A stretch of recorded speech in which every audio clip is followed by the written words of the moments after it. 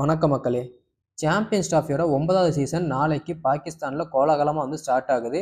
இதில் மொத்தமாக பார்த்தீங்கன்னா 8 நாடுகளை கலந்துக்கிறாங்க. இந்த 8 நாடுகளை 2 குரூப்பாக பிரிச்சிருக்காங்க.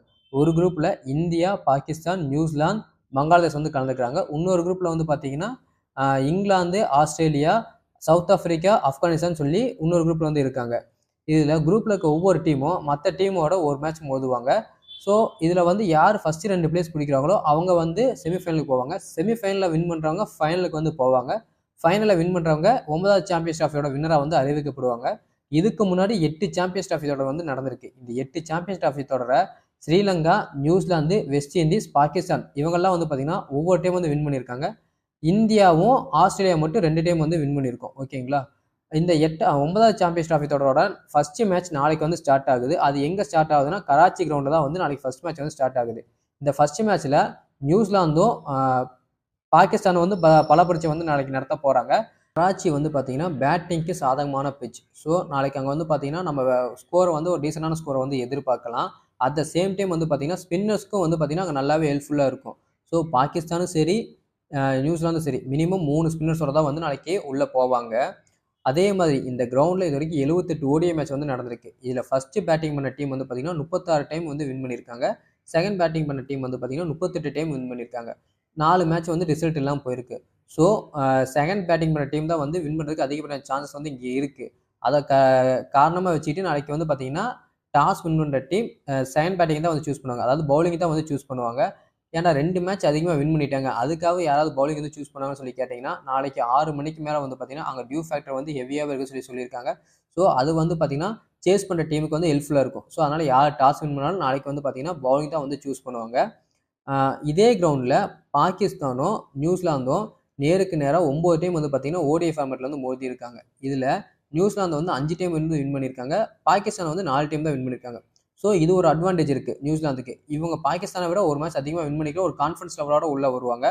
அது போக இப்போ நடந்து முடிஞ்ச சாம்பியன்ஸ் டிராஃபி தொடர் இருக்குது பார்த்தீங்களா, ஃபைனல். அதுவும் இதே கராச்சி கிரவுண்டில் தான் நடந்துச்சு.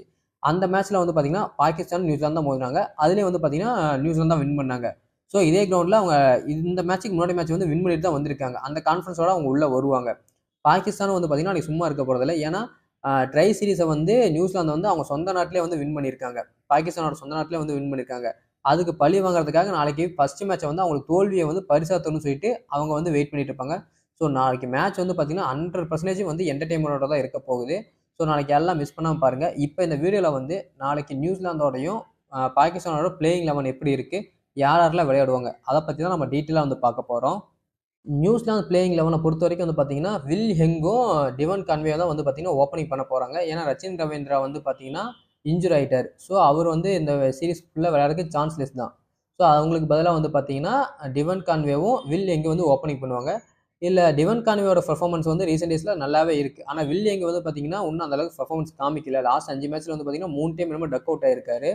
ஸோ அவர் இந்த சீரீஸில் திரும்பி அவரோட ஃபார்மை மீட்டு எடுத்தால் மட்டும்தான் நியூசிலாந்து வின் பண்ணுறதுக்கு சான்ஸ் இருக்குது. ஒரு 15 மாதத்துக்கு அப்புறம் பார்த்தீங்கன்னா வில்லியம்சன் வந்திருக்காரு. ஸோ மிடில் ஆர்டர் லைனப் பார்த்தீங்கன்னா ஸ்ட்ராங்காக தான் அவங்களுக்கு ஆல்ரெடி இருக்குது. இதில் வேறு வில்லியம்சனும் உள்ளே வந்திருக்காரு.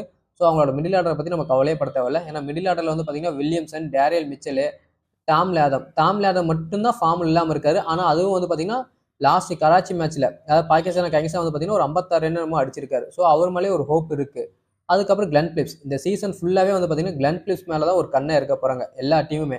ஏன்னா பேட்டிங் ஆகட்டும், பவுலிங் ஆகட்டும், ஃபீல்டிங் ஆகட்டும், அது இந்தியாவுக்கு எப்படி ஜட்டுவோ அதே மாதிரி அங்கே கிளென் பிலிப்ஸ் இருக்காது. ஜட்டு கூட அந்த அளவுக்கு ரன்ஸ் அடிக்கிறது இல்லை. ஆனால் கிளென் பிலிப்ஸ் பார்த்தீங்கன்னா ஒரு கடைசியாக ஒரு 10 பால் இறங்கினாலும் ஒரு 20 ரன் 30 ரன் அடிச்சுட்டு போயிட்டே இருக்காரு. ஸோ அவங்களோட மிடில் ஆர்டர் நல்லா ஸ்ட்ராங்காகவே இருக்குது. அதுக்கப்புறம் பார்த்தீங்கன்னா மைக்கேல் பிரேஸ்வெல் இருக்காரு, சான்னர் இருக்காங்க. இவங்க 2 பேரும் பார்த்தீங்கன்னா டீசெண்டாக பேட்டிங் ஆடக்கூடிய எபிலிட்டி இருக்கக்கூடியவங்க. ஏன்னா இவங்க பவுலிங் ஆல்ரவுண்டர். ஸோ அவங்க நம்பர் 8 வரைக்குமே பார்த்தீங்கன்னா பேட்டிங் கண்டிஷன் வச்சிருக்காங்க. அதே மாதிரி மேட் ஹென்ரியும், ஜேக்கப் டெஃபியும், வில்லியமும் பார்த்தீங்கன்னா கடைசி 3 இடத்துல உள்ளே வருவாங்க. இவங்க பவுலர் கேட்டகரியில் வருவாங்க. ஸோ அவங்களோட பிளேயிங் 11 இப்படி தான் இருக்க போகுது. இதில் பார்த்தீங்கன்னா நாளைக்கு பிலிப்ஸும் பிரேஸ்வெல்லும் சான்னர் தான் நல்லாவே இம்பாக்ட் பண்ண போகிறாங்க. ஏன்னா இவங்க 3 பேர் ஸ்பின் பவுலர். சீம் பவுலரோட நாளைக்கு ஸ்பின் பவுலருக்கு தான் அதிக விக்கெட் கிடைக்க போகுது. அட் த சேம் டைம் இவங்க 3 பேரும் பார்த்தீங்கன்னா பேட்டிங் நல்லா பண்ண போகிறாங்க. ஸோ நாளைக்கு நியூசிலாந்து வின் பண்ணுறதுக்கு அதிகப்படியான சான்சஸ் இருக்குது. இதே மாதிரி பாகிஸ்தானோட பிளேயிங் 11 எப்படி இருக்குன்னு சொல்லி பார்த்துடலாம். பாகிஸ்தான் பிளேயிங் லெவனில் வந்து பார்த்தீங்கன்னா ஃபர்கர் ஜமானும் பாபர் அசாமும் வந்து பார்த்தீங்கன்னா ஓப்பனிங்கில் வருவாங்க.